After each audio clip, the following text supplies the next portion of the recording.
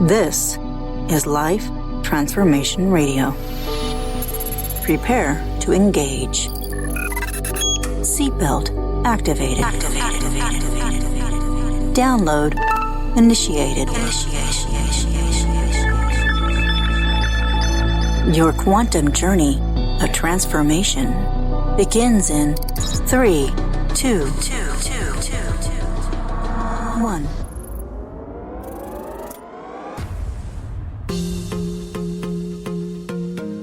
Welcome to Life Transformation Radio. Hi, I'm Rob Actis, best-selling author of The Law of Action, voice actor, business mindset coach, the podcast whisperer, and Mr. Action himself. Here at Life Transformation Radio, we are committed to share more about real life, love, the power of positivity, romance, and of course, laughter. We care about helping others find their internal drive and purpose, and we celebrate life's challenges and overcoming them. On the show, my guests are amazing people who are forces for good in the world around them, and they live a life of transformation.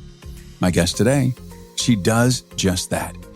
Today in this episode, Brandi Holder and I discuss how mindset can be your most powerful asset or your most powerful enemy. So if you want to learn the importance of mindset, how surrounding yourself with ambitious people will help you succeed, and learn not to wear other people's stories about you so you can have the life you want, oh, you're going to like this one. This is the show for you. Brandi is a brand consultant and business coach, hellbent, I love her already, on inspiring her clients to take action, aim higher, and achieve runaway success. Brandi is a thoughtful problem solver and creative force with a 20-year career in industry spanning economic development, housing, public safety, technology, trades, mental health, and education. She specializes in brand voice consulting for startups and growth companies and coaching emerging leaders. And here's the best part. Today, Brandi is going to be here, and we're going to get down in the weeds, and we're going to get real and authentic, and we're going to talk about all kinds of things and not about branding, because today we're talking about Brandi Holder's transformation of her life. Brandi, welcome to Life Transformation Radio. Thank you, Rob. I am so excited to be here and get down in the weeds. Let's do it. We're getting in the weeds. So Let's talk about transformation. So we talked a little bit before we started, and you had some transformations in your life. You've been married a couple of times. You just lay it out. You just start where you want to start, and we'll go from there. The universe will guide us. All right. Well, the universe has been guiding me. We'll go deep. There you go. Okay.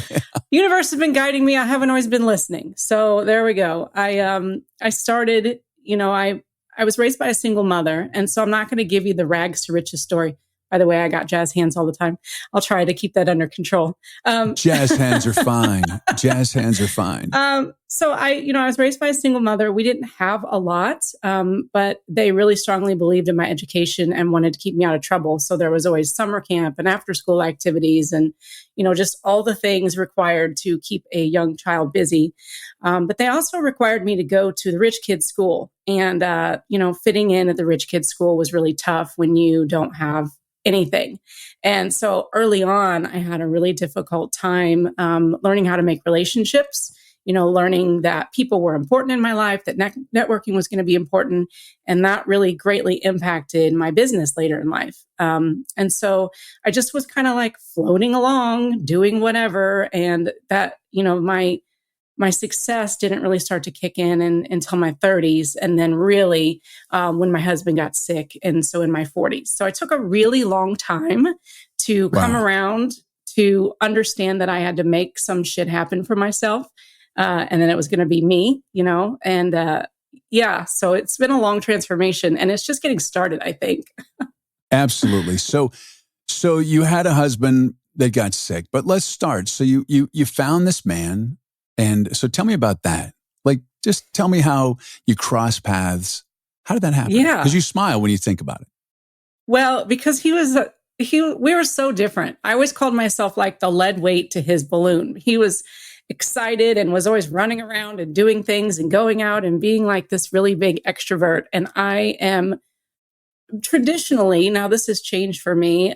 Traditionally, I'm kind of introverted. I like to sit at home and drink my wine and read my books. And, I'm just happy doing that. And he liked to be out. And so I had this town that I live in now in Southeast Missouri. I came here on a 1-year project. I didn't know anybody. I just came to fix something and then I was going to leave. That was 11 years ago, by the way. This is my home now. Wow. But I had moved in next door to these neighbors that I had met one night, my lesbian neighbors. I love them very much.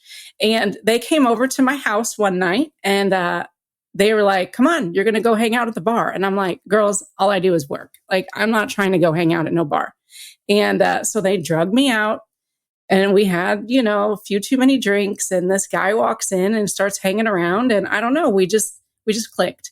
But I was not looking for a relationship. I was busy. I had work. I'm working 60 hours a week. And still I'm at that stage in my life where, people and relationships don't feel like important things to me, which is, not very good. But that's just kind of where I was. My first marriage didn't work out. I married somebody who we were very young and not right for each other in any stretch of the imagination. I never wanted kids. His mother wanted him to have kids. She definitely made that very known that I was not right for him. And he, that's not very nice. That's not very, I don't know why people do that. Yeah. You know what? People need to just live their own freaking lives. Yeah. Seriously. She did not like me. And she made that very, very known in the 7 years we were together. So, that didn't work out. If Mama Bear doesn't like you, it's already got some strikes on it, Yeah, I think that's projection. I think you're just this radiant, beautiful soul, and I'm thrilled to have you here. And it's her loss. She never got a chance to meet who you are, and that's her loss. So yeah, well, thank you. Yeah, well, I stole her baby boy and took him down to Florida too. So there was that.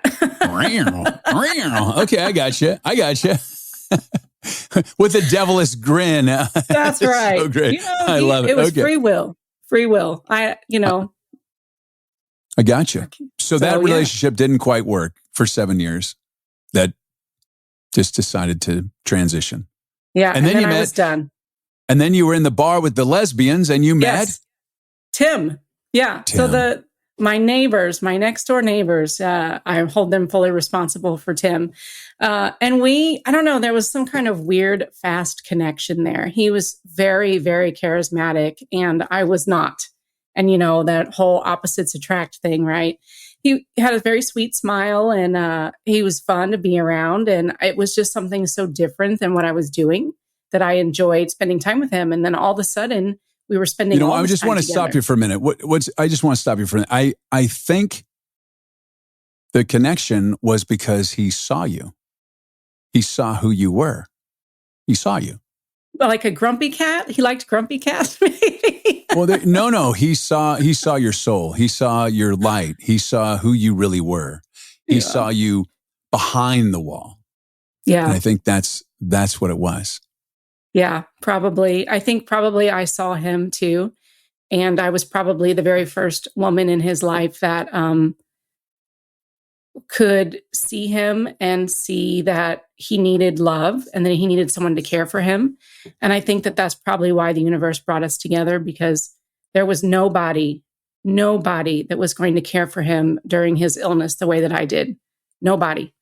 And I think that that's why we came together, because he needed somebody to love him and to be hardcore and stand up for him in his treatment meetings and make sure that he was being well taken care of and fed right, with anti-inflammatory food. And, I ended up becoming the breadwinner in that relationship. I mean, my business went off the rails. So you had the relationship and you married him. And then, so how shortly after when you got married did this illness occur? It was cancer, 44 days.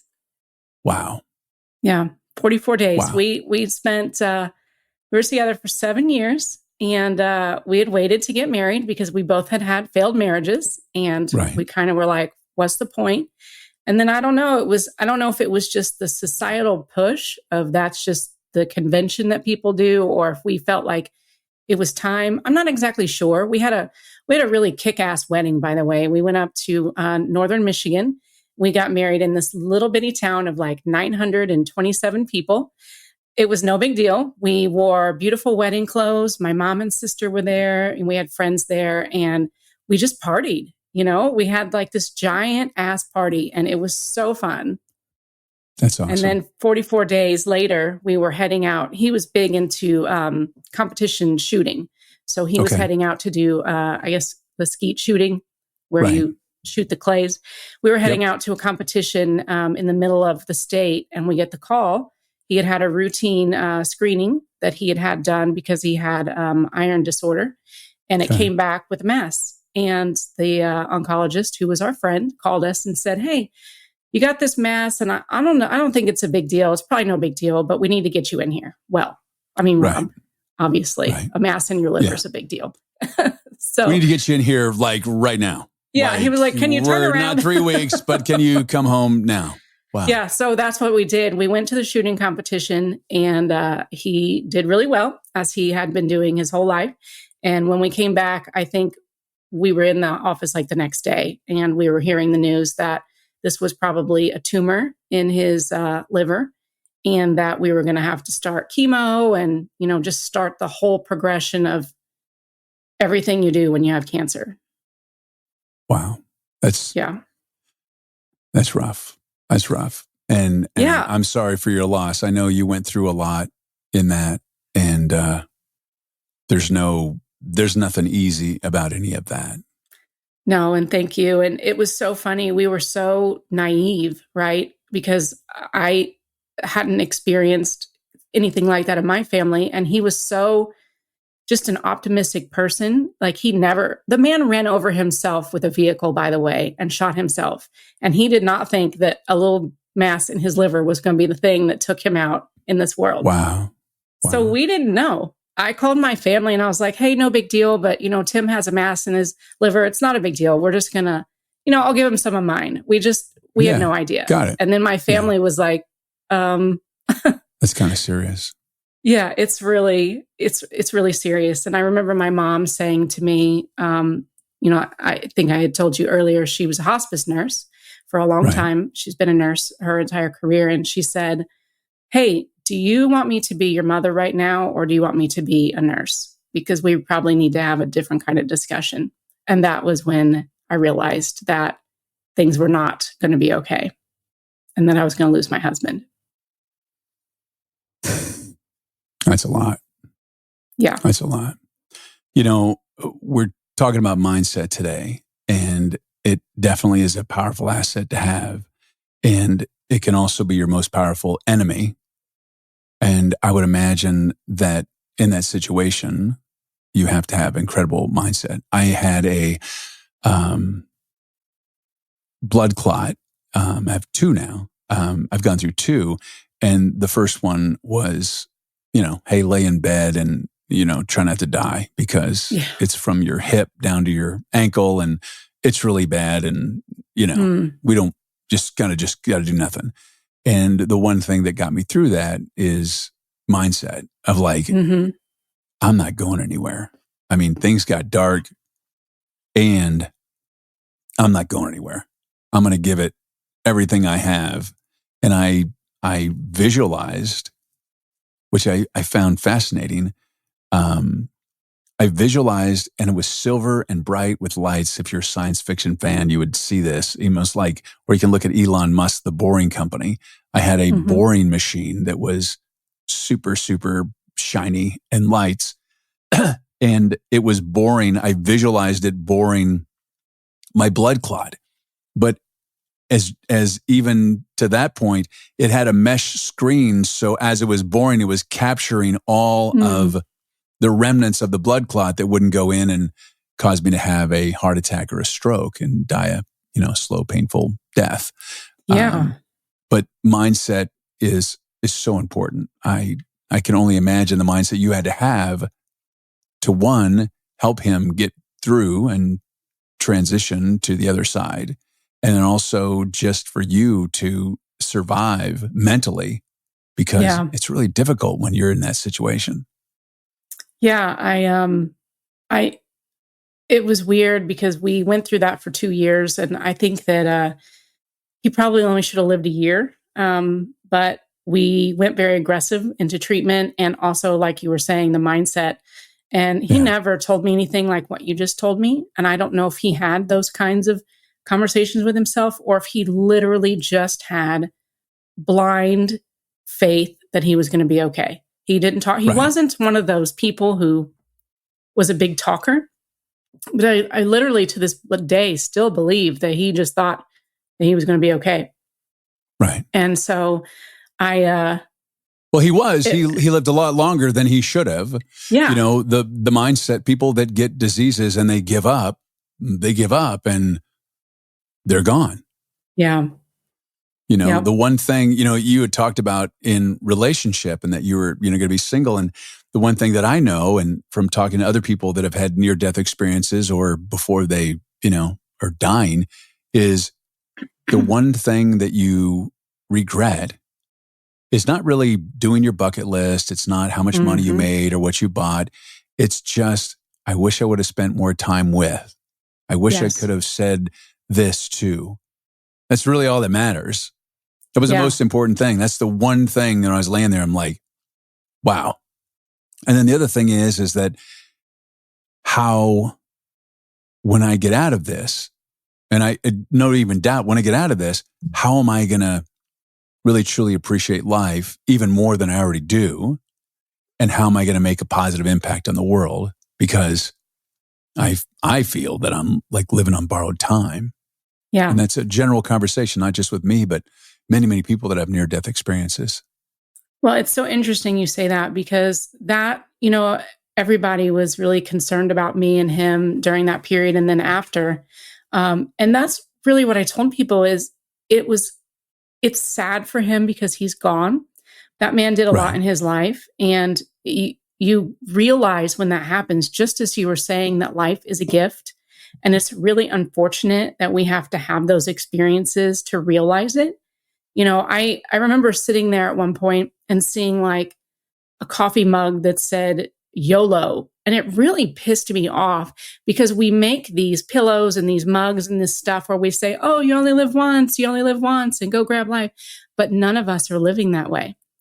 And those of us that are usually had to experience something really traumatic to understand that it really is so short and so precious. And I would never want anyone in my life to have to come to it that way. And so I'm like you, that's why I continue to share this story. It's because it kind of keeps them alive for me because people, when they're gone, they do fade really fast. And it's really a weird thing when you realize you can't see the face of your loved one in your mind anymore, or you can't hear their voice anymore.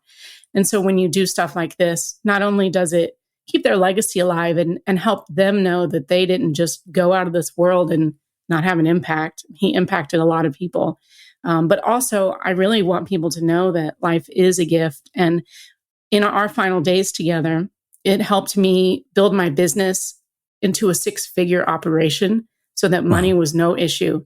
Right. And we got to go do everything we wanted. We went on vacation. We drank all the wine. We ate all the food. We went and saw friends. We danced at weddings. I made him play on playgrounds like an idiot. Like we just did everything that we could do because I was trying to literally squeeze the last every bits moment out of life. Absolutely. I knew that he didn't know that the last time that he held a baby, that was going to be the last time. Or the last time we danced at a wedding, that it was going to be the last time. And I did. And I didn't want to look back and think he wouldn't go on the dance floor with me. I made him. I made him do all that stuff. I think that's great. And he had a great time. The fact is that, and I talk about this all the time, is that you need to live your life like you want to be alive. It's so important. And I think, this podcast and other podcasts and other people that speak and books and people telling and sharing their stories really assist people that have never had a near-death experience or had an end-of-life experience from someone dramatic like you have. And they can learn from these experiences and not have to go through what a lot of us have gone through, because I wouldn't wish a near-death experience of yourself or of an immediate family member on anybody, even my worst enemy. It is horrific. My daughter was 14 years old and she suffered 4 strokes and went into a coma and had to have brain surgery. And we sat there for many, many days, watching her exist and having the doctors tell us that, she's going to die in the next hour. And I don't wish that anybody. So my hope and my prayer is that people that are listening to this show really take a moment to stop and breathe and hear Brandi's story and hear my story and just realize that at any moment your life can change. It can change for the good and it can change, unfortunately, for the bad, and that we have no guarantees. And it's so important to live every day like you want to be alive. Yeah, I agree. And I'm really sorry that you went through that. That I think is one of the hardest things, the waiting and not knowing and just sitting and feeling so powerless. I think that that's probably why my business took off the way that it did, because I felt so freaking powerless over everything that was happening to him. And I needed somewhere to channel that energy, right? I was tired and stressed out and worried. I was worried the lights were going to go out. I remember laying in that bed for 635 days and thinking like, do the lights go out? Can we afford the power bill? What happens next? He's gone. I knew he wasn't managing his money well, and then he couldn't work. We had both just launched businesses. There was no cash. Right. And I thought, oh my God, the lights are going to go out. And of course, coming from being raised by a single mother in more of a poverty state, you've always got that poverty mindset tugging at you that you have to deal with in order to be successful. And it was tugging on that really hard. And I was trying to think, your story doesn't have to be about struggle. And it doesn't have to be that you're going to be homeless and broke and destitute. It doesn't have to be that. And so you've got to think of what it is that's going to move that forward. And I think that just became my focus. I needed somewhere to place my energy and also to get away. I mean, that sounds so like callous, but when you're dealing with somebody who's going through cancer, it's not the cancer that's killing them. It's all the treatments, right? They're getting surgery, they're getting poked, they're going to all these different diagnosis instruments and medicine, and then they're sick all the time, right? Yeah. So he was miserable all the time, and I couldn't do anything about that. A lot of them are in pain. I wouldn't eat.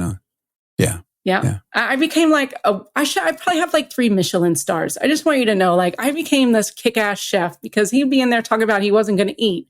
And I'd be in there like whipping up some gourmet dinner. I'm like, you're going to eat. That's awesome.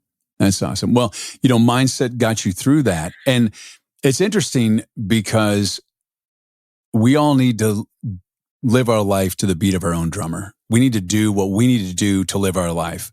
And one of the things that you mentioned earlier was caused some drama in my life because after Tim passed away, people around you, they have their own story of how your life should be and how your relationship should be. And you met someone else. And is this from the lesbians or you did this on your own? No, my best girlfriends. I went to a new set of girlfriends who introduced me to a new man. There you go. All right. And now, how soon was this after Tim's passing? It was probably 3 months. It was very soon. Oh, yeah. Yeah, see, it can't be 3 months. It can't be. But you know what? A harlot. I know, right? But here's the thing. Just my sense of Tim, he's like, look, I want you to be happy. I want you to have a fulfilled life. And he would be shining his light down and go, okay, this guy's worthy. He's cool. Yeah, we're good. And well, and it's interesting how other people put their take on people's relationships. Oh my God. I really stirred the pot up. I live in a small town and oh my God. I'm a harlot now. I'm just out running around. You have to wear that H on your shirt. It was so funny. Like, obviously, I just went through this traumatic experience. And now the thing that's different for me, that's probably different for other people, is when you go through 2 years of knowing someone is going to die, you have really dealt with a lot of grief. Like by the time he actually passed away, I had dealt with a huge ball of that grief for 2 years.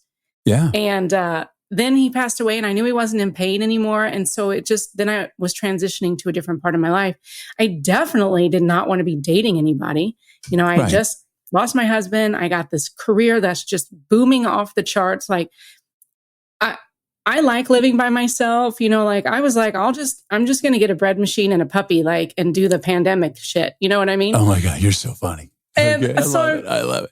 I'm sitting there on my couch one night and I'm watching cheesy Hallmark movie. And I made this beautiful Alfredo and I was drinking wine and I'm like having the time of my life by myself in my Christmas sweatpants, even though it was like May, right? Okay. So I'm sitting there and my girlfriend texts me and she's like, hey, this bar is open. Things are open. Come out. And I'm like, girl, no, I have everything I need right here.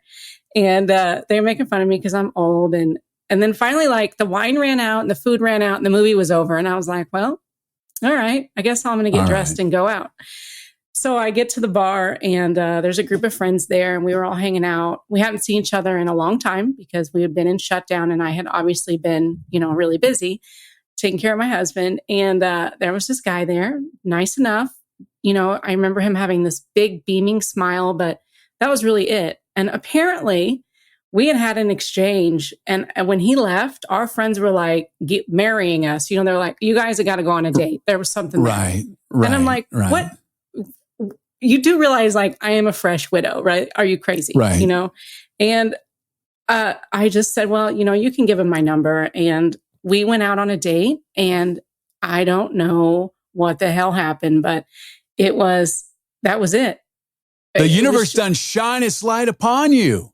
It was so crazy. And he's the most kind and sweet man I have ever met in my entire life.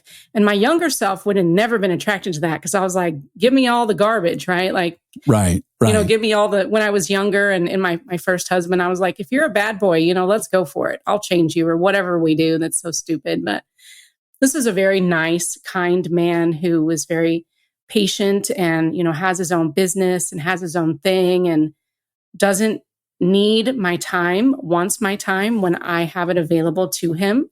Right. And he's got his own friends and hobbies. And I don't know, it just, we just started dating and not everybody was crazy about it. I was, though. He was. The people that mattered were, Yeah, exactly. And, here's the thing. If you live every day like you want to be alive and you harness every moment of every day for joy and happiness, you get to decide when it's time for you to move on. No one else gets to decide that. Yeah. And I find that not even frustrating. I find it downright offensive that people do that people will dictate your life when they're not living your life. They haven't been through what you've been through. They don't know the conversations that you and Tim had. They just don't know. Yeah. And it's, I got enough going on in my life. I don't have any time to worry about anybody else's life. If people are happy, people are happy. And I that's the way that I live my life. I don't judge. I'm an ordained minister. We talked about that. And I marry all different types of people and all different types of relationships. And the one common denominator is this connection that I see, and you can feel it. Mm-hmm. And it's beautiful. They have these strings connecting them. There's heartstrings. Yeah. And, when you operate out of abundance, your life can be just so beautiful. Yeah, I agree. And there is something about that, what you're speaking of connection. And, I think about how different I am compared to where I was, 10 years ago, 5 years ago. I think that going through that with Tim opened me up to everything I can have now. Yeah. I was not very patient. I was I was too busy for everything. I would buried myself in my work because I felt like I was obligated to do that. I felt like that was my worth. I had come out of, not having a lot, and I was starting to build a lot. And so I felt like the only way to be that was to be the hustle culture. And it also kept people at bay. And as someone who wore the term introvert for a long time, I felt like I had to keep people at bay, right, keep them out of my business. And so, I had gone through this with my husband and lost him and watched this man die who was definitely not ready to go.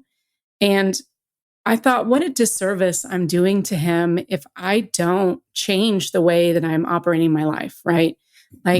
It doesn't serve either one of us for me to be a grumpy cat or be stuck or be impatient. Like, I can be those things, but that doesn't have to define who I am and where I am in those moments. And I'm a much happier person. I'm much more like go with the flow. The new man I'm dating, my new beau, his name is Chris. One of his friends calls me cool in the gang because I apparently am like, just whatever, let's just go with it. And you would have never described me like that before. So it definitely changed me and made me open to new possibilities and new relationships and new opportunity. What a beautiful gift. So how did you just deflect all of that negative crap that people were throwing at you when you're hanging out with new Chris, your beau? Yeah, it was really hard at first. I'm going to be honest with you, because did people actually say things to you, or did they just snicker behind your back? They did some snarky. Like I would show up with him at a bar, and the lady who owned the bar had worked. She had owned it forever. Tim and I used to go in there. It's a small town. Where am I going to go? Right? Am I going to hide in my house? Right. We walked in there, and she reached over and she grabbed my hand. She goes, "Oh," and she looks at him. She goes, "Well, how long has it been?" And I was like, "Been 1 week. It's been 1 week." That's just. And then I had someone that Tim and I had spent Thanksgivings with. I mean, we had been to their house, and I told them about this man I was dating, and she screamed at me over the phone. How dare I? And who did I think I was? And, why didn't I call her? And I'm like, well, first of all, like, I didn't even have access to his information. When he died, I didn't even have the Wi-Fi password. So that's probably another story I need to talk about with ladies. Like, get your shit in order before someone dies. But I did not. Why is it my responsibility? That'll be the next podcast with Brandi. It's like, get your shit in order before your spouse dies. That'll be so you don't get locked out of the Wi-Fi and the bank accounts and everything. I know, right? Oh my God, you're funny. You're funny. But yeah, so I just had to make the decision that they couldn't understand where I was and what I went through, and that the people who did understand and did show me love were the people who mattered, and nobody else did. And it was just a decision that I made. And those people really fell away from my life once they realized that I didn't care, that they were unhappy and had to put that on me, You raise that vibration, girl. You raise that vibration and they will fall away. And here's the thing. You only want people in your life that are worthy of being in your life. And if they're not supporting you and loving you and helping you empower to be the best you can be, bye-bye. Yep. Bye-bye. Yep. So, well, if you want to reach Brandi, you can reach her at brandiholder.com. You can talk business and you can find out more about her beau, Chris. I'm sure she'll tell you all about that. He's pretty cute. He's pretty cute. Yeah, but you're holding on to him. Thank you so much for being here today. Thank you, Rob. This was wonderful. I enjoyed meeting you and learning more about you and just being here today. Absolutely. And by the way, this is Brandi's first ever podcast. She did such a great job. There you go. Applause. And thank you so much for your support and taking time out of your busy and precious day to listen to Life Transformation Radio. I so appreciate it. Thank you for allowing me, along with my very special guests, to touch your heart, move your soul, and inspire you to live a life of transformation. I'm Rob Actis. Until next time. This is Life Transformation Radio. Download complete.